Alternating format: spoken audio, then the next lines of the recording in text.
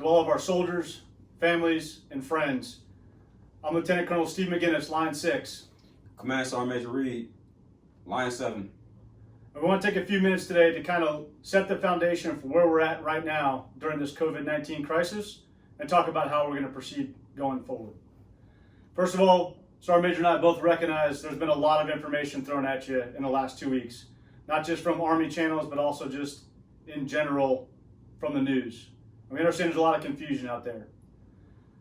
First of all, let me explain everything that the Army is doing right now is to protect the health of the force, to protect our soldiers, our family members, and our communities, both on and off post.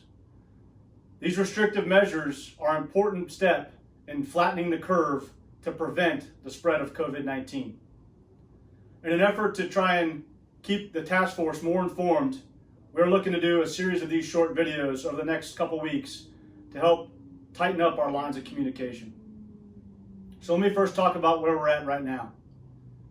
Major General Brutto, the senior responsible officer and senior commander here at Fort Benning, Georgia, has issued General Order Number 1, listing out what we can and cannot do during this COVID-19 crisis. 4 days ago, I also issued out the task force restriction of movement, and that was so that we could proactively get after flattening the curve and stopping the spread. Both of those orders combined are in effect. So while there's some things in the General Order Number 1 seem less restrictive, if it is addressed in my task force restriction of movement memo, it is still applicable. Now let's talk about the way ahead. We recognize we're in a marathon and not a sprint. That's right. We have to change how we do normal business. I'm sure you've heard the term social distancing. Sergeant Major and I really like to think of it in terms of physical distancing, right? Everything we do, from PT to maintenance to layouts to OCIE layouts to eventually training, we have to maintain the social and, more important, the physical distance, right? Because the Army, by its nature, we are a social institution. We expect face-to-face, voice-to-voice leadership, especially in the combat arms. But we have to understand that for the next several weeks, potentially months, we have to change the way we do business. What can you do? First of all, until further notice, PT is an individual responsibility, and you can do it. There's plenty of space in and amongst our footprint. For those that live on post or off post, find an area in and around your homes that you can conduct PT. You are authorized to run and run ruck routes, but for those barrack soldiers or those soldiers that come to post, we're going to restrict right now to Dixie Highway, the paved path that runs up and down towards the golf course and back towards the task force footprint. But everything we do from here on out, we have to have the individual responsibility to maintain physical distance.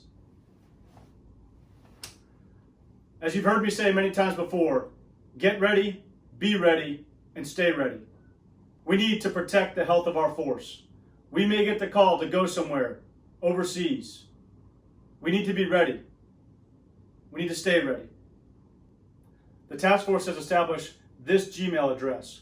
We encourage soldiers and family members to send us any questions or concerns that you have. This is not meant to supersede the chain of command, right? It's more to address all of your concerns. And once a day, Sergeant Major and I will go through and determine which ones we'll answer via a video like this, or potentially going point to point, or push a message back out through the command channels. Hey, team and squad leaders and section leaders, as you've heard me say before, you all are the most important part of this organization. Right now, your leadership matters, and it matters the most.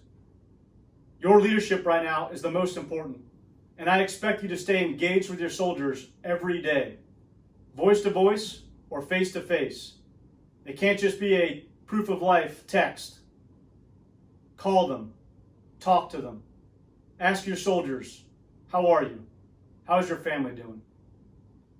Remember, our soldiers, you, and our family are part of the best 1% this country has to offer. It's now time to prove it. Our nation looks to its military for strength, for leadership. Prove it every day in the physical environment and the digital environment. Hunt with a pack.